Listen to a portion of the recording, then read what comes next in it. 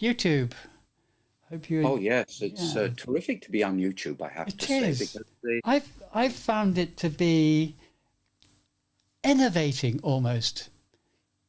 Though, well, it certainly keeps us on our toes. I mean, I think to myself, well, look, this is posterity stuff. This is,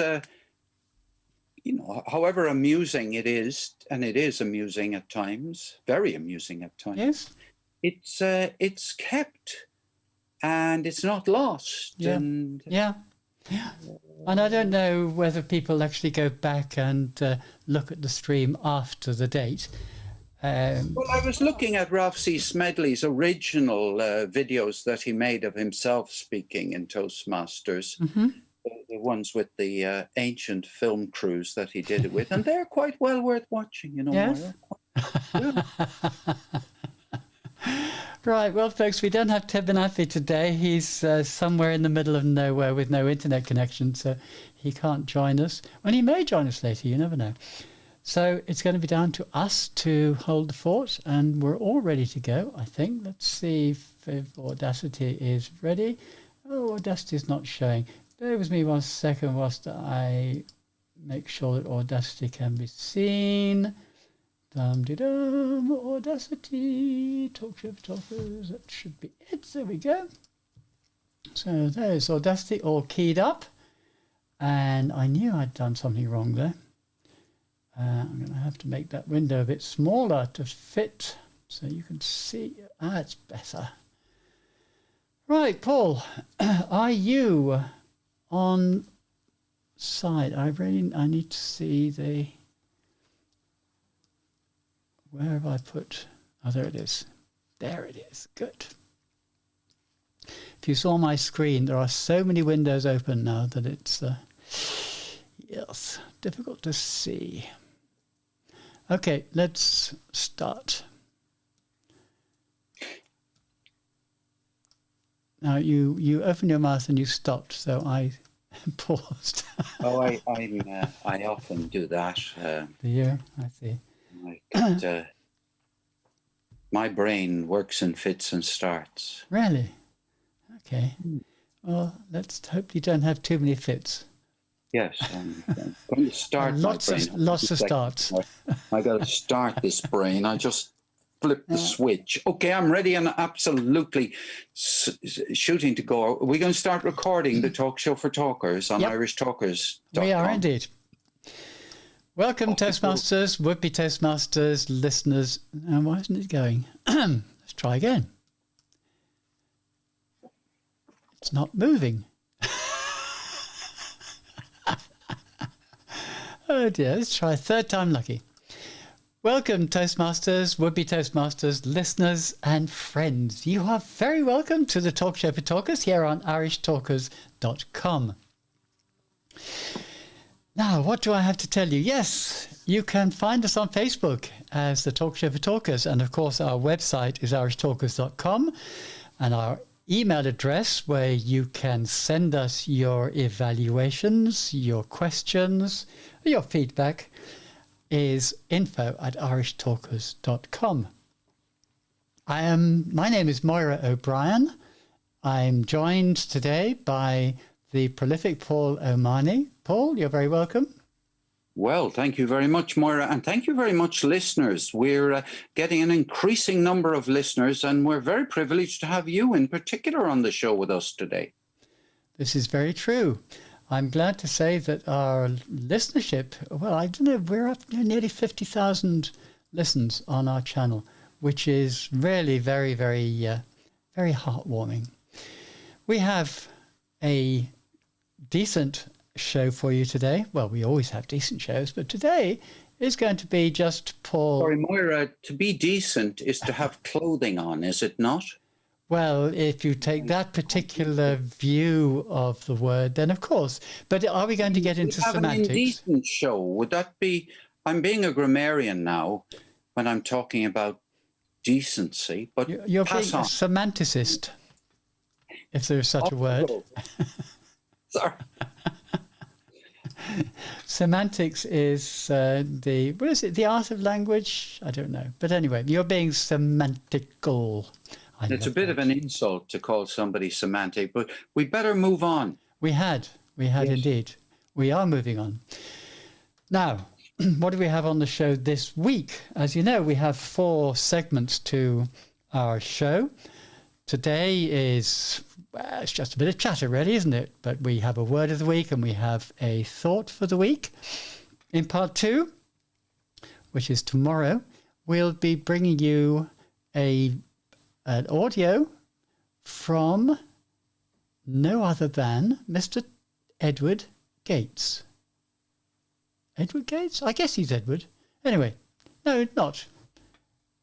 Well, we don't know what was on his birth certificate, but it's Bill. Right, Bill. I shall have to edit that out. Right, so in part 2, we'll be bringing you a video from TED Talks from Bill Gates. I'm chuckling, folks, because I got thoroughly confused between Ted and Bill. Oh, dear. So Bill Gates gave a short TED Talk. Short, it's only 10 minutes, but it gave some very good tips on public speaking. So we'll be listening to that. In part 3, Paul is posing a question to us this time. Have you pride in your club? And in part 4, I'm going to be looking at even more ways that you can enhance your speech. So let's dive in with Ted's thought for the week. And that is not TED as in technology, education, and what's the D for? Can you remember, Paul? Design, technology, education, and design. That TED. No, I mean from Ted Melampi, who has chosen the word, the thought for the week. And it's from our good friend Nelson Mandela, who said, "A winner is a dreamer who never gives up." A winner is a dreamer who never gives up. Paul, you're a dreamer. Are you also a winner? Well, the interesting thing about that, Moira, for me, is to be playful with it. A winner is a dreamer who never wakes up. Yes, that's a good point. A dreamer who never wakes up. Because a dreamer who never gives up gives up dreaming. So I'm guessing that means a dreamer who never wakes up. Now, I'm sure Nelson Mandela didn't mean that at all.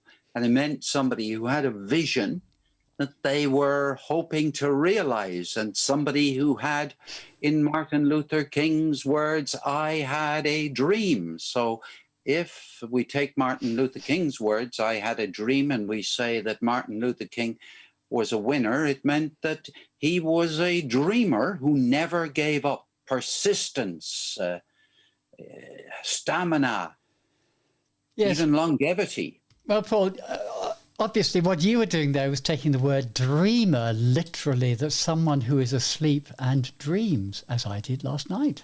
I had a very interesting dream last night, actually. I wish I could remember it. Anyway, that's neither here nor there. But a dreamer in this context is somebody who has ideas, who can imagine as a daydream, if you like, things that they would love to be able to do or things that they would love to see happen. And that type of dreamer can be a winner if they never give up. Perseverance, persistence and perseverance are the keys, I think, in that text, in that context.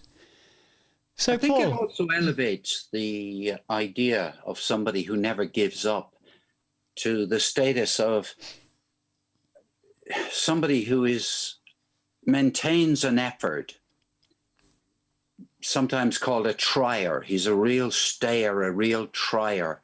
But there is a real virtue in keeping up the effort to achieve something and not giving up.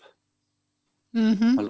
Another virtue in giving up at the right time, but we'd tie ourselves up in knots if we go down that road. But I find myself that this word dreamer is thrown about too frequently. People talk about, what are your dreams, Moira? And all it really means is, what do you hope you're going to get soon? So it is a convenient word to use, though. You have to admit that. convenience and fashion are often justify each other.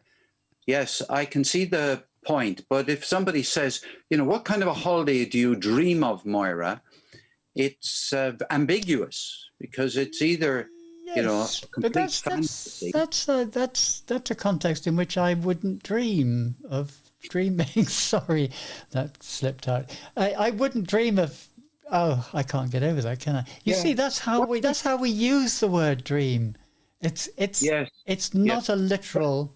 In Toastmasters, we encourage precision in language rather than cliches, and got to be kind of a little bit attentive to the risk that the word dream could be part of a cliche. If I say to you, Moira, what would be your dream holiday? That's often asked. Or what would be your dream Christmas present? Yeah, I agreed, but there are contexts in which it is, not specific enough, or not is too airy fairy. Let's put it that way. But we come back to this word cliche. Define cliche to me. What is a cliche? A cliche is usually a phrase which has been used so frequently that it has become useless as a way of drawing people's attention to what you're attempting to communicate.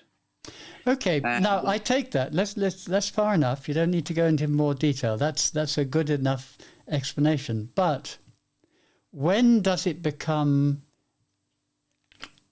How can I put this kindly? When does it? When does a cliche become something that is a definite no-no? Let's put it that way. So, for example, I know there are certain cliches which we use. I'm going to use one now, without further ado, which nobody actually knows what ado means, but they use it ad nauseam. Now, I take that as being a cliche, which you should never use. I grant you that. But there are it is said, I have read it written by other people, that behind every cliche there is a truth. So there is actually something there. To say to somebody, I've got to leave you without delay, or to say to somebody, I've got to leave you without more ado, well, both of them will work depending upon the circumstances. But if you want to, maintain a certain punch to your language, you better use the word delay rather than without more ado or something. There was, of course, the Shakespeare play, Much Ado About Nothing. Do you think we should talk about something that bends and mutes into something else? You see, we're talking about how a cliche, something can become a cliche. Because there was a character in Greek mythology who gave rise to a word in the English language, and he was the original master of, you could say disguise, but maybe the master of morphing from one state to another, and his name is Morpheus, a Greek old shepherd. He was a shepherd of Poseidon, that's the sea gods, sea creatures, and he possessed the gift of prophecy, but he didn't like to share his knowledge. He'd escape everybody who wanted to ask him questions by changing his shape, so he'd morph into other things. And the only way to get a straight answer out of him was to sneak up behind him and while he was asleep, and hold him while he tried ever so hard to change into something else, until he eventually revealed what he knew. So this is a creature, a god, who has the ability to be like a bit like a chameleon, change. But he could do it pretty pretty quickly. And out of that comes a word into the English language, which I think was first used, if I remember rightly, in the 16th century, called protean. Protean.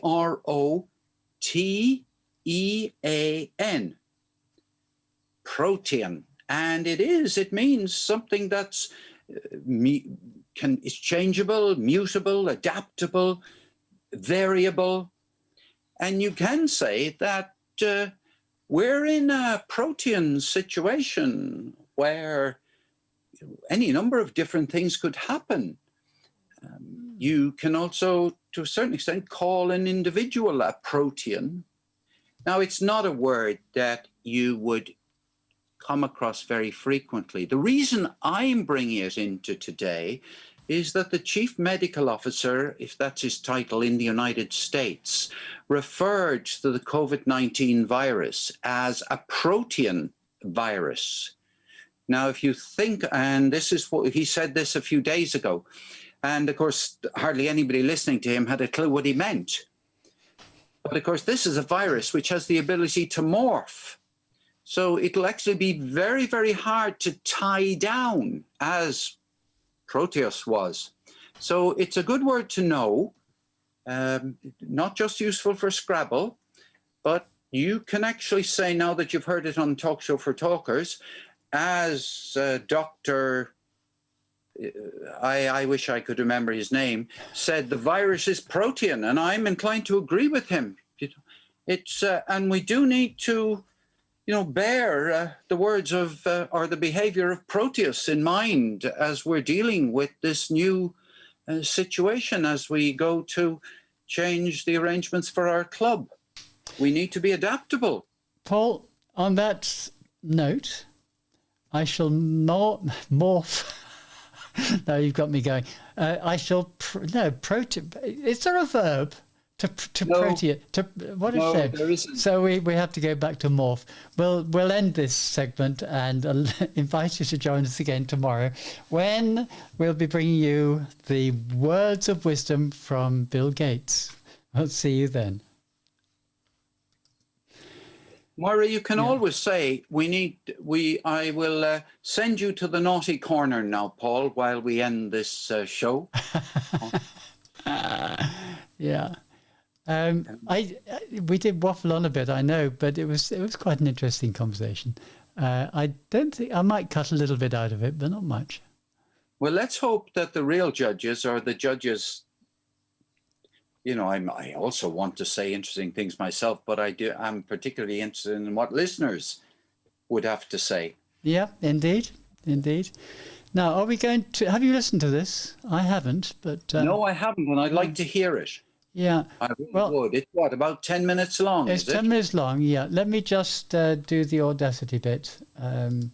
So you can see what I'm doing. I'm going to use compressor to compress that, if it works. Yep, it does. Good. So that's compressed it. And I take it out of there and put it into...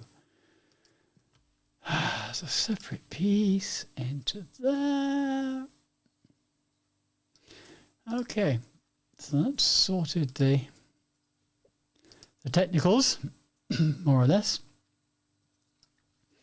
And we already have Mr. Bill Gates keyed up. So let me just check on if I got the website opened.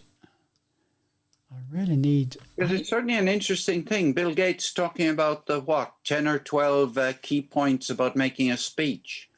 Well, it's interesting because it's the title of the speech gives you no idea. But when you look at this webpage, and I put the link to the webpage on our website, when you look at what have I done there? It comes up as something completely different. So he's talking to teachers, but in the website it goes through the 10 things I think he talks about in terms of public speaking. So, we'll see. I don't know what's happened. Something funny is going on with my my Audacity screen. Has suddenly gotten hugely bigger. Maybe I was playing around with it. So You have another gremlin in the works. absolutely. Well, I forget that using OBS software, if I change the size of a window, OBS... Would that be a good word of the week, Moira? Gremlin. Gremlin would be a good word of the week. Yeah, excellent one. Excellent one. Okie dokie. Right, now, let's see. Okay, we're set up and ready to go. So we can come out of Audacity. Welcome to part 2 of this week's Talk Show for Talkers here on irishtalkers.com. And as we said at the beginning of the last section, we're going to bring you... I'm going to start again because I don't like that. Come on. It's that. Welcome to part 2 of this week's Talk Show for Talkers here on irishtalkers.com. I'm delighted now to bring you a piece of audio from a TED Talk given by Bill Gates. Now, the title of this...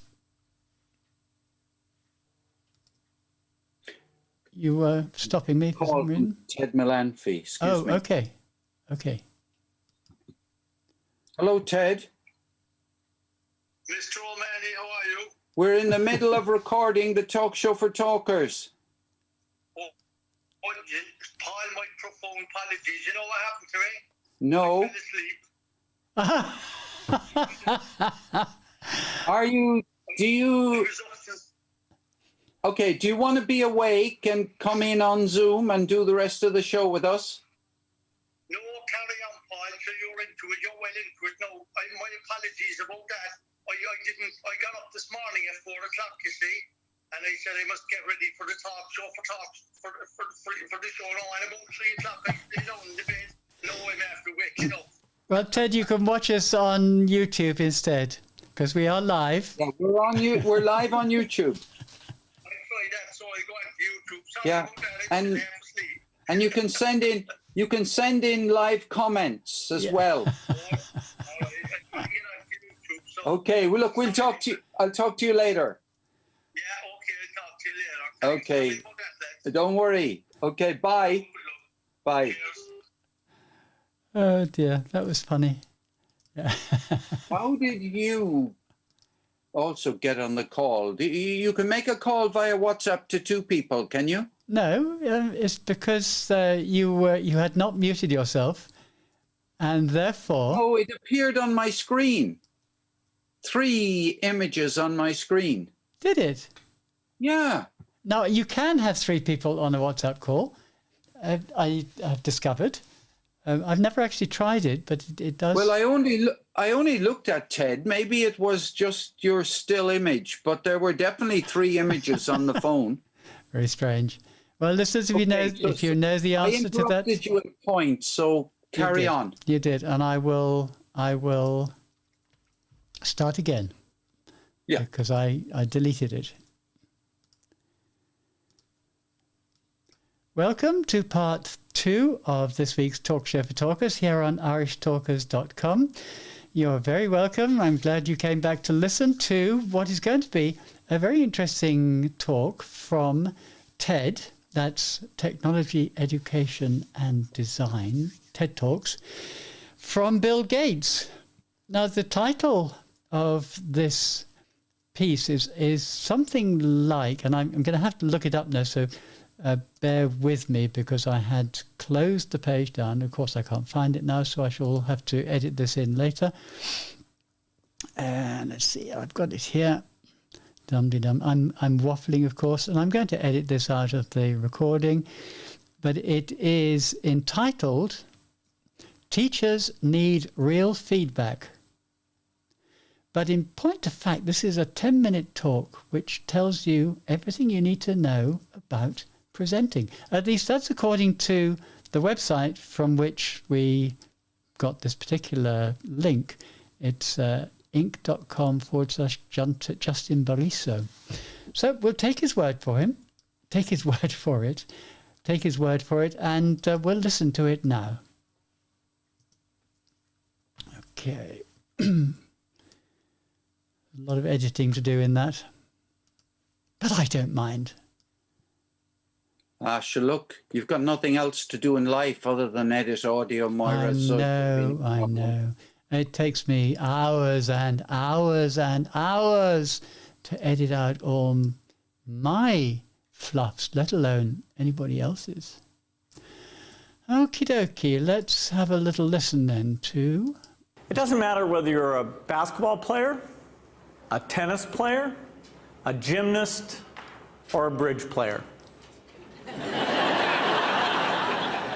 My bridge coach, Sharon Osberg, says there are more pictures of the back of her head than anyone else's in the world. Sorry, Sharon. Here you go. We all need people who will give us feedback.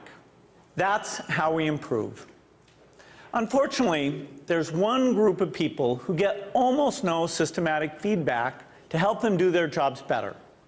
And these people have one of the most important jobs in the world. I'm talking about teachers. When Melinda and I learned how little useful feedback most teachers get, we were blown away. Until recently, over 98% of teachers just got one word of feedback: satisfactory. If all my bridge coach ever told me was that I was satisfactory, I would have no hope of ever getting better. How would I know who is the best? How would I know what I was doing differently? Today, districts are revamping the way they evaluate teachers, but we still give them almost no feedback that actually helps them improve their practice. Our teachers deserve better. The system we have today isn't fair to them. It's not fair to students, and it's putting America's global leadership at risk. So today I want to talk about how we can help all teachers get the tools for improvement they want and deserve. Let's start by asking, who's doing well? Well, unfortunately, there's no international ranking tables for teacher feedback systems.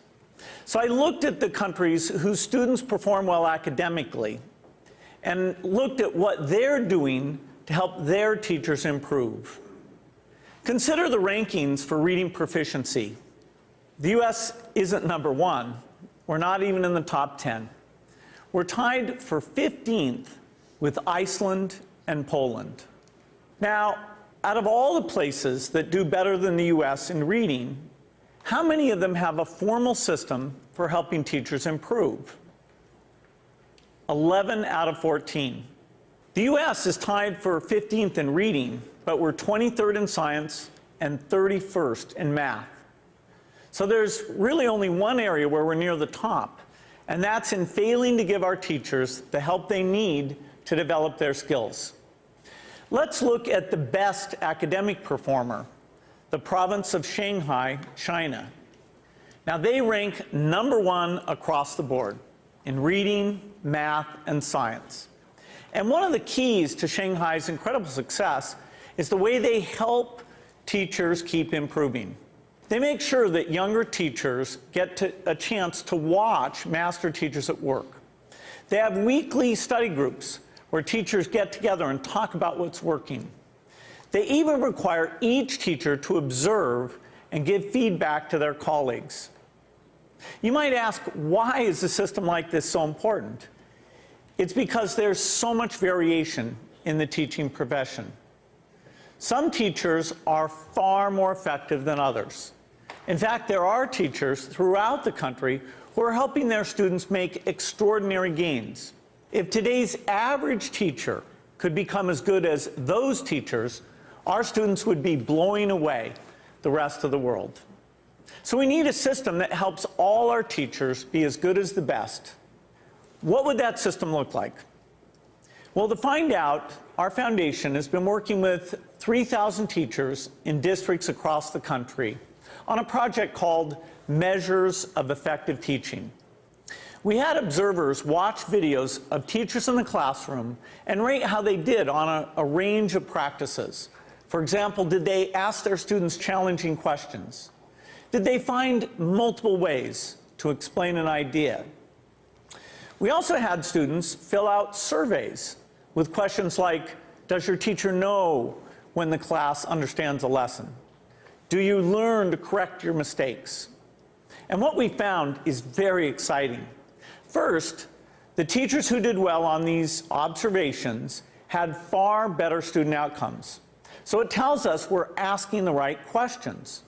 And second, teachers in the program told us that these videos and these surveys from the students were very helpful diagnostic tools because they pointed to specific places where they can improve. I want to show you what this video component of MET looks like in action. Good morning, everybody. Let's talk about what's going on today. To get started, doing a peer review day, okay, a peer review day. And our goal by the end of class is for you to be able to determine whether or not you have moves to prove in your essays. My name is Sarah Brown-Westling. I am a high school English teacher at Johnston High School in Johnston, Iowa. Turn to somebody next to you. Tell them what you think I mean when I talk about moves to prove. I think that there is a difference for teachers between the abstract of how we see our practice and then the concrete reality of it. Okay, so I would like you to please bring up your papers. I think what video offers for us is a certain degree of reality. You can't really dispute what you see on the video. And there is a lot to be learned from that. And there's a lot of ways that we can grow as a profession when we actually get to see this. I just have a flip camera and a little tripod and invested in a tiny little wide angle lens. At the beginning of class, I just perch it in the back of the classroom. It's not a perfect shot. It doesn't catch every little thing that's going on, but I can hear the sound, I can see a lot, and I'm able to learn a lot from it. So it really has been a simple but powerful tool in my own reflection. All right, let's take a look at the long one first, okay? Once I'm finished taping, then I put it in my computer and then I'll scan it and, take a peek at it. If I don't write things down, I don't remember them. So having the notes is part of my thinking process, and I discover what I'm seeing as I'm writing. I really have used it for my own personal growth and my own personal reflection on teaching strategy and methodology and classroom management and just all of those different facets of the classroom. I'm glad that we've actually done the process before so we can kind of compare what works, what doesn't. So I think that video exposes so much of what's intrinsic to us as teachers in ways that help us learn and help us understand, and then help our broader communities understand what this complex work is really all about. I think it is a way to exemplify and illustrate things that we cannot convey in a lesson plan, things you cannot convey in a standard, things that you cannot even sometimes convey in a book of pedagogy. All righty, everybody, have a great weekend. I'll see you later.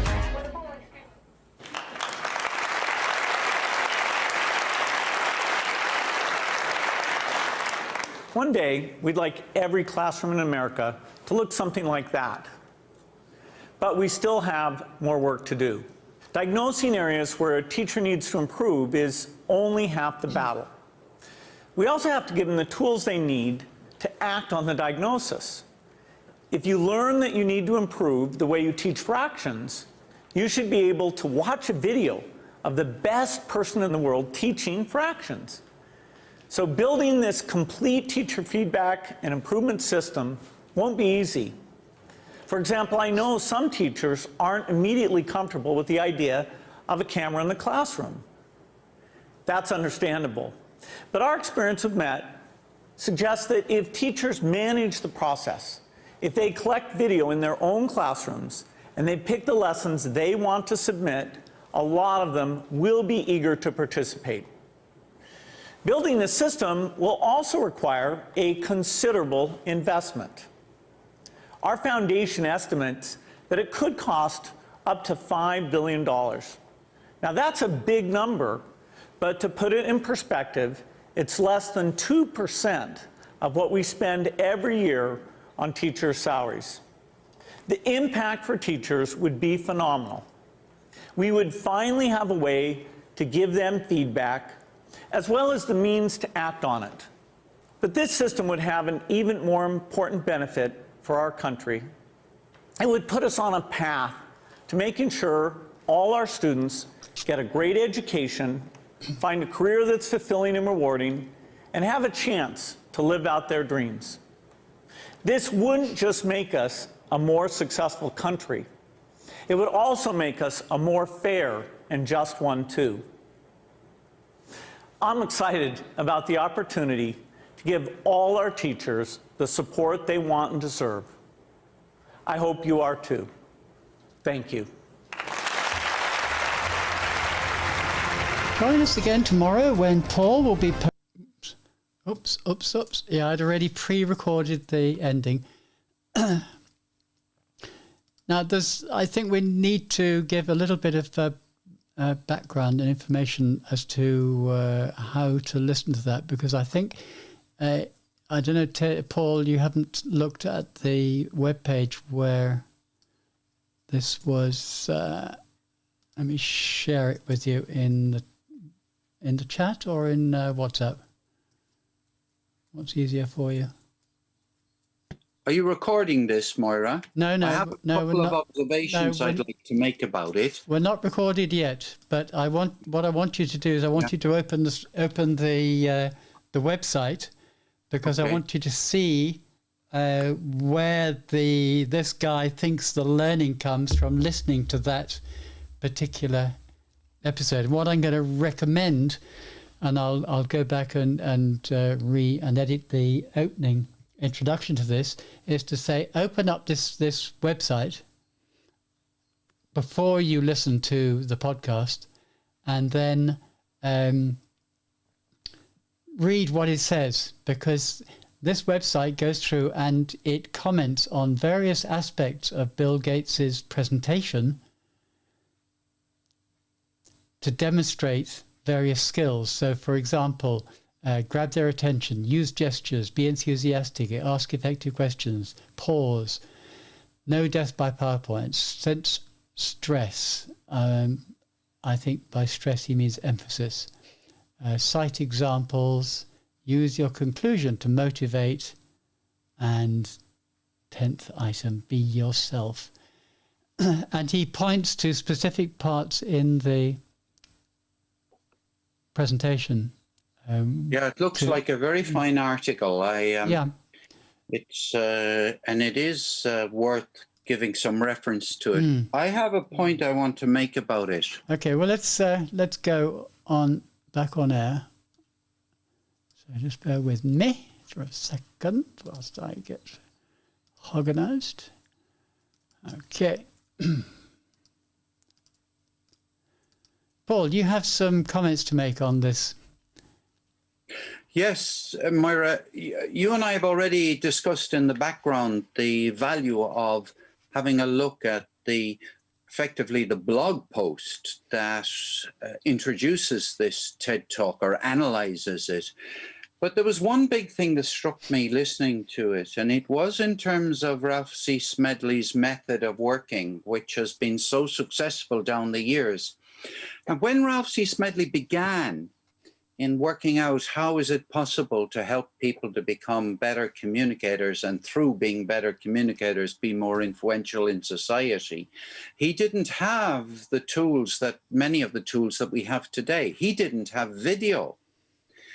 That meant that there is no advice on the record from Ralph C. Smedley that says one of the key things you should do when you're making your speeches in Toastmasters, rehearsing your communication skills, is to video yourself in action.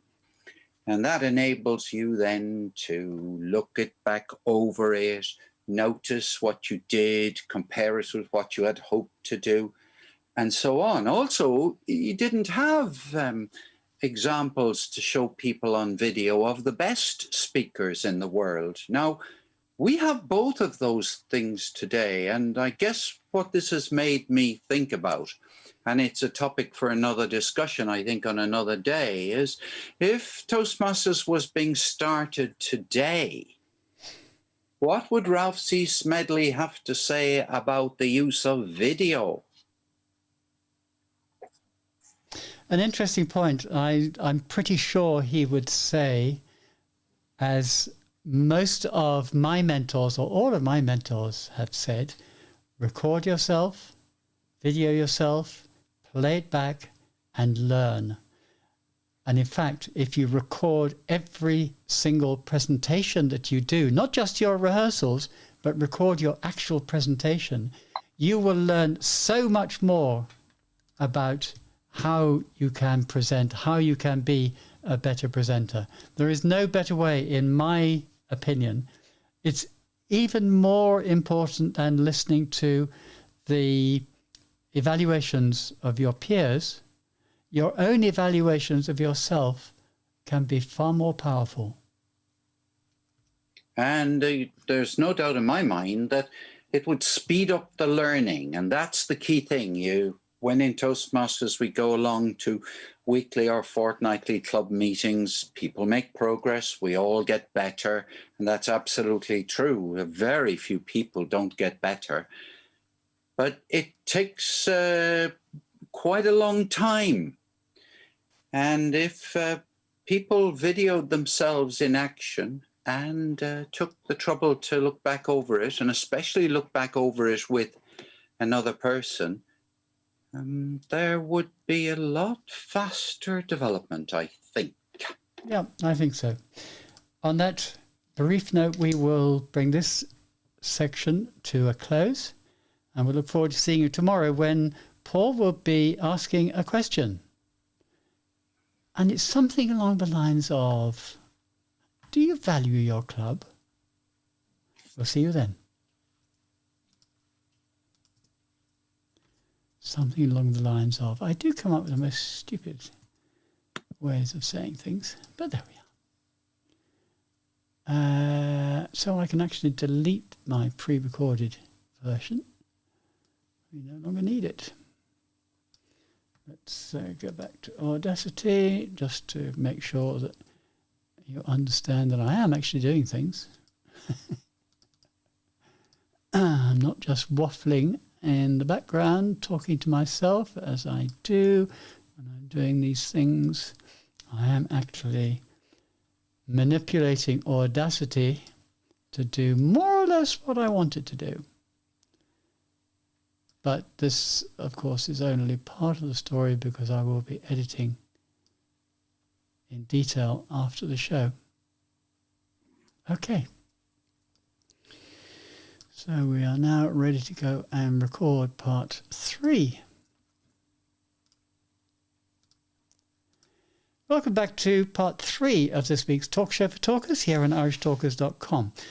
May I remind you of our email address? It's info@irishtalkers.com, and you can always leave a note on our Facebook page, the Talk Show for Talkers. And we do value your feedback and your evaluation. And also, if you can come up with any ideas that things that you might like us to cover in the show. It's that time when I hand the baton over to Paul Omani. And Paul is asking the question this week, do you have pride in your club?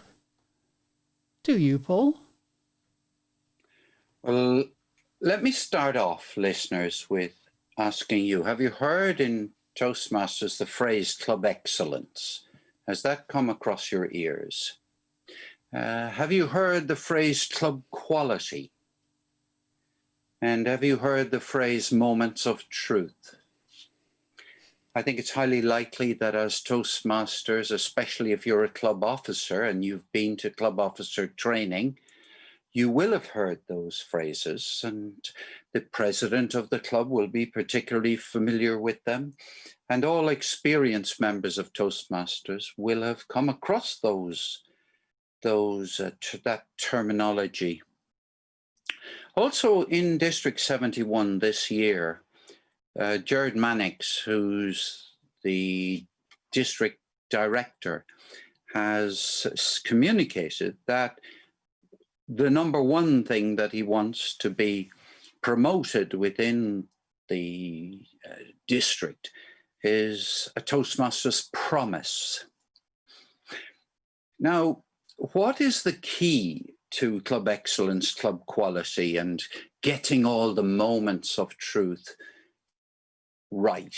Moments of truth, for those who don't know what it's about what happens just before you arrive at the club, what happens at the door of the club, what happens during the meeting, And at every point where people are making, if you like, a kind of judgment about, am I in the right place?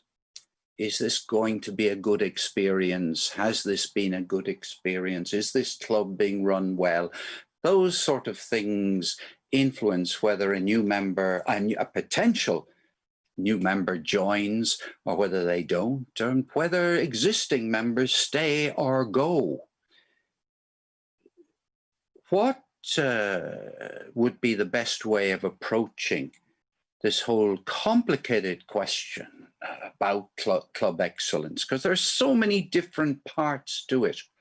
And how would it be possible to tie it up to what Jared Mannix is saying is the most important issue? And what I've come up with is the idea that here's a question. Are you proud of your club? Or are you proud of, yes, the club you're a member of? And if you are, how proud are you of the club? Let's use a Toastmasters promise in order to ask some questions. Are you so proud of your club that you attend club meetings regularly? Are you so proud of your club that you prepare all of your projects to the best of your ability, basing them on the Toastmasters education program? Are you so proud of the club that you prepare for and fulfill meeting assignments, what I might call roles in the club? And are you so proud of the club that you provide fellow members with helpful, constructive evaluations? Let's just start with those first four questions. If a person is truly proud of their club, really glad to be associated with it, wants it to be known that they belong to this particular club, do they attend club meetings regularly? Well, of course they do. And if they miss club meetings, do they let people know in advance that they won't be coming? Of course they do. Do they stay away for several meetings? No, they don't. They come regularly. It's a commitment. And if they aren't particularly proud of their club, do they come along to club meetings regularly? No, they don't. They come sometimes, they don't come other times. Now, if somebody's really proud in their club, do they do their best to prepare their projects to the best of their abilities? They do, of course. They're going to give their best in the room. They're going to give their best to the other members. And are they going to base what they do, if they're really proud of their Toastmasters International Club, what are they going to base their whole education on? They're going to invent some development of their own, some dabble with things? No, they're going to base them on the education program, which they're proud of. Proud of your club, proud of your organization, proud of the education system. They all go together if you're very proud, strongly proud. Do you prepare for the roles that you're going to play if you're proud in your club? Of course you do. Do you give helpful and constructive evaluations if you're proud of the club? If you're proud of the club, you believe that this is the place where you give your best. Do you give wishy-washy evaluations? No, you don't. Do you give people praise for their best things that they've done in their speech or in their role? You do. Do you give people recommendations for how they could get better? You do, of course. Do you apologize for your recommendations? No, you don't. The Toastmasters developmental system says that you will highlight something that somebody does well in the hope that that'll encourage them. It'll be constructive to get them to repeat that next time. And you will constructively suggest to them what they could improve on. So taking the Toastmasters, a Toastmasters promise, I'm now persuaded and I'd like you to be persuaded, that pride in our club, pride in your club, is a very fine lever for everything else. You can say to people who joined up in Toastmasters many years ago, are you still proud of our club? Are you proud of our methods? Are you proud of our members? Are you proud of your own commitments? Are you proud of your own effort? This is a question which may lead people to re-examine their behavior, their contribution. It may also enable people to realize why they are so proud, bring it out into the open. That's why I'm not going to go down through all the other elements of a Toastmasters promise. Moira, do you see any benefit in this particular approach, the approach which would put a lot of emphasis on the extent to which members in a club are proud of their club? I think it's very, very important. I can only answer for myself, but I take pride in how good my club is. And I'm a member of 3 different clubs, and there are different standards in each club. And I'm not going to do this publicly, but I can very easily rank those clubs in order of how good they are in terms of fulfilling the needs of their individual members. And that can change, that can be different from club to club. Just because one particular club maybe is not quite so good as an, in quotes, Toastmasters club, doesn't mean to say that it is not an excellent club. And I have one such club in my mind. Again, I won't name no names. But there are... now let me yes. come at you and see what about this. Supposing there's a club and the members of it are all very hunky-dory and pleasant with each other, and they all are getting what they want, but they're not preparing their projects to the best of their ability, and they're not basing them on the Toastmasters education program. I submit that they're not proud of their Toastmasters International club, that they're proud of themselves. No, I agree with you. No, I agree with you totally. And none of these clubs that I am thinking of fall into that trap. Well, possibly one, but it's not a club that I'm closely associated with. If a club does not satisfy the educational needs of the individual member, then they are failing that member. There is no question in my mind about that. But how a club fulfills the educational needs of their club can vary from club to club. I will always be more in favour of the club that follows the Toastmasters rules. It's not the right word, I'm not so sure. But anyway, the ones who do make sure that everybody does everything according to the book. Because generally speaking, those are going to be the better clubs. But I don't knock the clubs who like to do things a little bit different and maybe don't follow the rules, the TI rules, quite so closely. Well, I'll give you another example of what I'm working on. Because I am proud of my club, I will serve my club as an officer when called upon to do so. That is what the Toastmasters Promise says. A person who is very proud of their club will say yes. Of course. They're asked, will you be on the committee? They will say, yes, I will. When the existing committee is looking to replace members on the committee is able to say to the room, who volunteers to be on the committee next year? And many, many hands go up.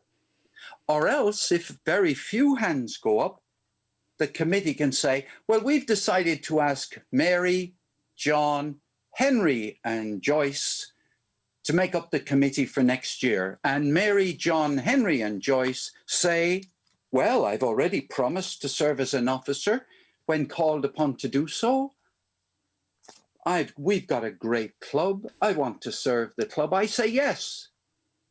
And that's the challenge, you see. I think that we can be a little bit vague about stuff, and we can go around saying, well, the needs of the members and all that. Now, here's another one.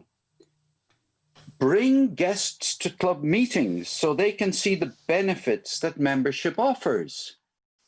There's a good one. If you're really proud of the club, you'll bring guests. It may not have crossed your mind that that is an indicator of how proud you are in your club. But certainly, if you bring along somebody as a guest, you're bringing them to a place that you consider is worth coming to. Isn't that the case? So you could look at your club using this idea of pride in your club. You could look at your club and say, how many of the existing members in this club have brought along a visitor to the club in the last 3 months? And that could be an interesting measure for a president of a club to pay attention to.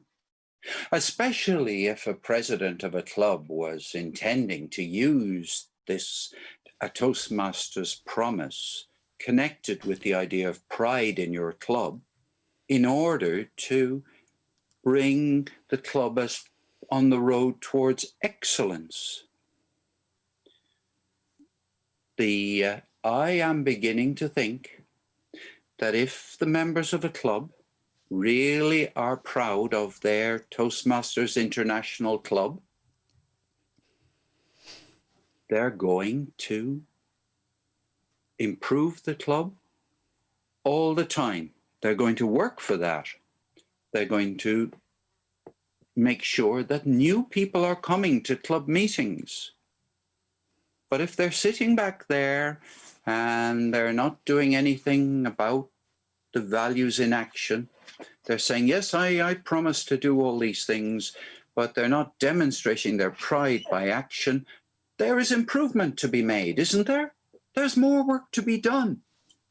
I think you can say without shadow of doubt that every club has improvements to make, even if they're only tiny, tiny little ones. And on that note, we'll close this section, and we'll invite you to come back again tomorrow when I shall be looking at more ways in which you can improve your speech. We'll see you then. Sorry, Paul, that was running way over time. Why would you stop? And I'm sure you could have gone on and on and on and on. Well, I was waiting for you to come back. I did realise that, but I had come back, and you're only about 4 minutes over. 4 minutes over is not a lot, really, is it? I must send you this document that I have in front of me, Moira, because it begins with the statement, I am so proud of our club that and then it lists all the things you're doing that you already said you will do in the promise. Now, a lot of people, when they joined Toastmasters, made the promise. They didn't, in some cases, realize they were making it. Jared is very keen to do something with the promise, which will be of benefit to the district. Yep. And I'm entirely in agreement with that. To give people an opportunity to look at it from the point of view of saying, I'm so proud of our club that I attend club meetings. Well, the first one is attend club meetings regularly. Yep.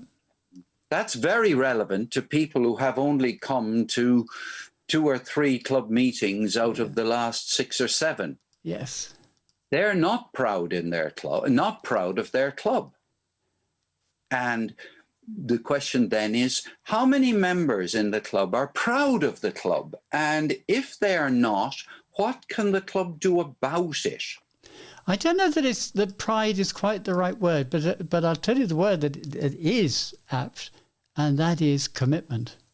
That people who do not come regularly to their club meetings, they're not committed to the club. They're not committed to improving themselves. People, we'll all have our own favourite way of putting it. I like one-syllabled words, and committed and commitment are all a bit... they're not as strong as saying, I'm proud of this club. I mean, if you were making a statement in a speech and you wanted to have impact, I think you would say, I'm proud of this club, rather than I'm committed to this club.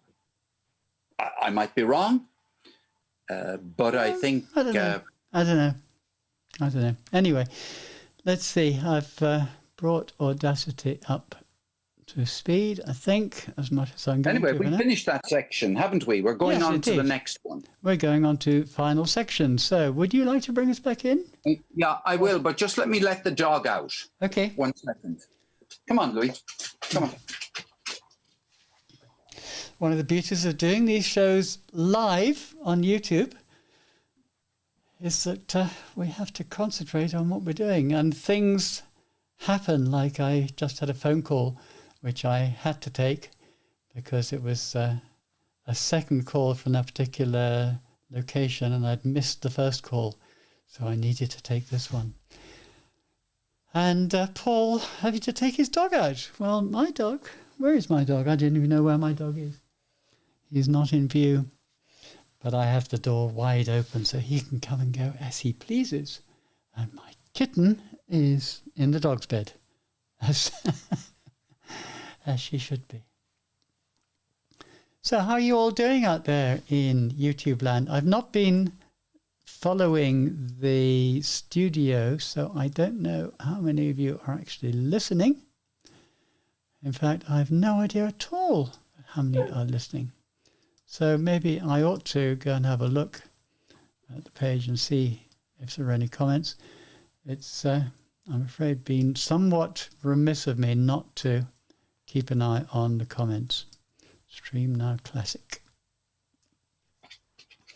Paul, have there been some comments on YouTube? I don't know, because I've not been following it, and I'm now just gone onto the page, and yes, Beverly Family Avakin. Hey Moira, thanks for the camping. What? Camping car? Well, Ted has been definitely here because I have a remark from him on WhatsApp. Moira, don't let the dogs out. Well, Ted put a comment on YouTube. This is great. You both look very attentive. Well, that's good. So I think it's only Ted who's listening, so we can really... it's actually just disappointing because we've had very few people watching this stream, but we always get people coming back and listening after the fact. So let us press on. Are you going to introduce us? Bring us back in? Well, yes, I am. Yes, I am. And just remind me what your segment is about. I have it written down here. What did I call it? I called it more ways to improve your more ways you can enhance your speech. That's it. Yeah, more ways you can enhance your speech. I'm not going to say this on air, but I'll say it to YouTube. It's actually a continuation of the ones that I've been doing for the last two podcasts, which is the ways to ruin your speech, but I'm turning it round. Well, you're very good to keep going in the same direction because people can listen to the continuation, and it's always nice to listen to a development on from last week. So give me 1, 2, 3, Moira, and I will. I will. I'll give you even a 3, 2, 1 if you like. Do please. 3, 2, 1, go. Welcome, listeners, and welcome to the fourth part of this week's Talk Show for Talkers. The fourth episode we have recorded this week, which you can find via your podcatcher, entitled Irish Talkers. And we also have a website called irishtalkers.com. But I now have the very best bit of the entire recording this week, where Moira O'Brien, my co-presenter today, is going to talk about something and pass on the wisdom about something that matters to you more than anything else. How can you, my dear listeners, enhance your speech? After all, isn't that why you came to Toastmasters? Moira O'Brien, take the stage. Thank you very much, Paul. It always embarrasses me to hear you say that this is the best part of this week's broadcast, but I do take it on my back with great responsibility. Now, that's a word that one shouldn't use as often. I do use it a lot, and I really mustn't. Let us have a look at how to make your speech that much better, how to enhance it. There are so many ways that you can do this, and I'm going to look at 4 or 5 of these things that we can do to make our speeches that much better and that much more engaging. And I use that word very deliberately because you can have what you consider to be a great speech, but it doesn't engage your audience. If you don't engage your audience, you're failing. You're failing along the way. So, this particular item, the first item on my list here, I've written down just 2 words, and they're very small words. The first word is I, and the second word is we. What am I talking about? I'll tell you what I'm talking about, folks. I'm talking about I am this, I am that, I do this, I do that, I do the other. What about we do this, we do that, we do the other, or you do this, or you do that? Don't make it I-centered, make it you-centered, and talk about we if you want to try to personalize it, or we or you, either, interchangeable. It's never about the speaker. It should never be about the speaker, because generally speaking, the speakers are boring. I mean, come on. Why should you listen to me? What I want to know is, as an audience member, I want to know, what are you going to do? What are you going to say that's going to help me?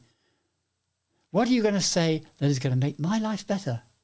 What are you going to say that is going to educate me? Whatever the purpose of the speech is. So keep that little word I to the minimum. Now, next one is something that I've learnt recently, and it's a very, very useful technique. You've heard me talking about how we need to use dialogue in our presentations.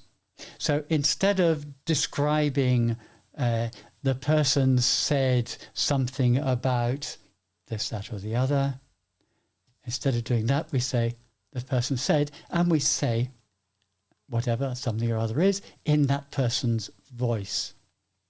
Well, there's another technique we can use, and that is, what's Paul thinking right now? Now, Paul is looking at me as if to say, Moira, get on with it. I'm bored stiff. I've had enough of you. Go away. What have I done? Now, Paul didn't actually say that. He probably doesn't even look like he's saying it, but he might be thinking it. And by saying he's looking at me as if to say, I can project that thought onto Paul. And you can use that. You can use it in your stories very effectively. You can use it with your audience.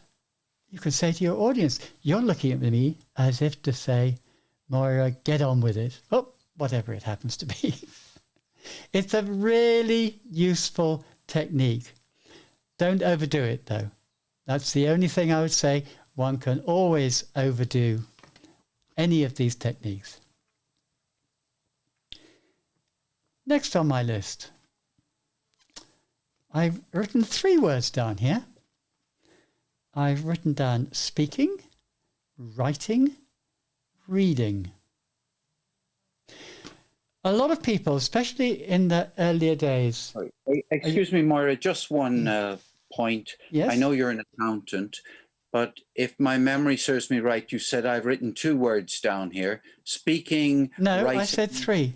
You don't. And- You see, now Paul is looking at me as if to say, you silly woman, you didn't think about what you're saying. But I did. I said, if you listen back, I said, I have 3 words down here. I said 2 words when I was talking about I and we. And I forgot about you. But because I hadn't written you down. Okay. Okay, let's go back to where I started this particular little section. I have 3 words written down here: speaking, writing, and reading. What am I talking about here? Many of us, especially in the early days of learning how to speak in public, we write our speeches. No problem with that. I write my speeches. Even now, after 80, 90 speeches, I still write a speech at the beginning when I'm starting off developing a speech. But I don't write it in my writing way of speaking. So the mistake here is to write flowery language which might be beautiful to read, but horrible to speak. When I say horrible, I don't mean it's not your normal conversational style of speaking. Okay, the second thing then I'm talking about here is reading. We start off our speeches, we read our speeches. Again, quite understandable. Most politicians read their speeches from a prompter. There's no problem with reading your speech, except when you read as if you're reading. It's quite difficult to read a script without sounding like you're reading it. Even when you're very experienced, and you're experienced enough to be able to look ahead in a sentence or in a paragraph and form the idea in your mind as to how I'm going to express this particular paragraph in a meaningful way, we can still get caught by reading it as if we're reading the sentence on the map, on the page, and we don't put in the emphasis and the body language and the facial expressions and everything else that goes into conversation and being conversational. So this is what I mean about speaking. We need to speak in our own conversational voice, because that's what is going to come over as being A, in the moment, and B, being yourself, being natural. See, how much more time have I got? I've still got plenty of time. So let's go on to the next suggestion. And this is only a 1-word one. It says roadmap. What's that? When we're creating a speech, we have various things that we need to put into it to keep our audience on our side. And one of the things is to tell our audience what we're going to tell them. To use an old phrase that there's 3 bits of a speech. You tell them what you're going to tell them, you tell them, and then you tell them what you told them. Now, that is a very simplified thing to say, but it is more or less what we try to do in a speech. And if we start off our speech by saying something like, I'm going to give you 3 ways in which you can become a better speaker. What have we done? We've created an expectation in the audience. They know that they're going to have 3 discrete segments. And they know that at the end of it, they're going to be learning something which is going to make them a better speaker. So that is your roadmap. You've told them what you're going to say, you've told them what you're going to tell them, and you've told them more or less the benefit they're going to get by listening. And the last item, which is following on very much from earlier discussions, and that is record your speech. Now, you've heard me say this so many times before. Practice, practice, practice, practice, practice. Yeah, but record your speech. Audio is good. Video is better. Why is video better? Because we can see the whole presentation. We can see the body language. We can see the facial expressions. We can see the movement.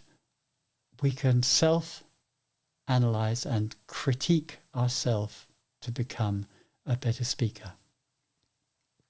So that, folks, is my 5 items for today. I hope that's been of some use to you. And I saw you nodding now and then, Paul, and there was an odd... Would you mind summarizing the key points again, Moira? Give us the 5 key points there so that I will be able to take them away and practice them during the week when I'm going to be speaking to people. First item was I and we and you. Concentrate on the we and the you and not on the I. The second was project dialogue. She looked at me as if to say. The third item was writing, reading, speaking. The fourth item was roadmap. And the 5th, record your speech. Thank you very much. I shall go and do all of these things in my own way, in my own time. And when I come back next week, listeners, you will notice a step change in my communicative skills. I will be able to speak proper next week. Well, on that proper note, we'll close this section and, in fact, our podcast for this week. Thanks for listening, and we'll see you again on Friday at the same time. From Moira O'Brien, goodbye, and from Ted, from Paul, and from Ted in his absence. Bye for now. And Ted's comments, I was always going to put this on air. I love the way Moira says, I'm not going to say this on air, and then says it. I did think of that as I said it. But of course, what I meant was I'm not going to say it on the podcast. I am going to say it on YouTube. Yeah, you're looking at me, Moira, in a strange tone of voice. I love that one. That's one that I do use. Stop looking at me in that tone of voice. It's a great expression there. The 3 R's, writing, reading, and arithmetic. Yeah. Been there, Ted. Okay, folks. That's it for another week. Did we have one YouTube listener, Moira? Is that correct? We had one YouTube listener, whom I think was Ted Melanphy. Oh, it's 2. We have 2 listeners now. 2 listeners, watchers, whistlers, listeners, whistlers. Well, the good thing about YouTube is that you can make yourself a cup of tea and you do the washing up while you're listening to YouTube. And since the drama going on in recording of the podcast is fairly minuscule, it's mainly audio drama. It's very suitable. Yes, indeed. I do use YouTube for a lot of my audio. And it's something that I only discovered when I became a YouTube aficionado. That's a nice word, isn't it? When I started using YouTube as a major source of information, more so than television. And I discovered that a lot of people do use the medium of YouTube for just talking heads, as we call it, the head talking to the camera. And you can listen to those. You don't need to have the video switched on. You can just listen. In case I forget it, you may have got a message from your area director inviting you to send a photograph to me. I did. I'd be very grateful if you would do that, because I am going to feature Blarney Toastmasters Club and its new president, ideally tomorrow. As early as that, I will drop you an email forthwith. I've got 20 to feature, Moira. That's the thing, before the end of July. Okay, this is of little interest to our YouTube watchers, so I will close the stream now and say goodbye and see you again next week, folks. Bye. Bye.